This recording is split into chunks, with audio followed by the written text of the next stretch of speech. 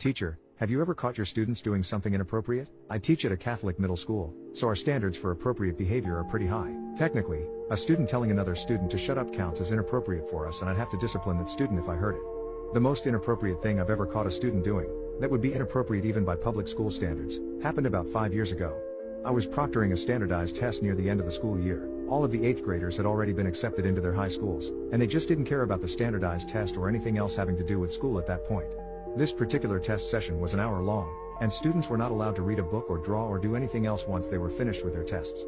The idea is to prevent students from rushing through the test to get back to a book they're reading. The 8th graders rushed through the test anyway, because they just didn't care. One student literally put his name on his paper and turned it in with all of the answers blank. He'd been a discipline problem for the 2 years I taught him, and I was happy he was about to move on to high school. He turned in his answer sheet before I even sat down from passing out everyone's tests, smiled at me, returned to his seat, and put his head on his desk.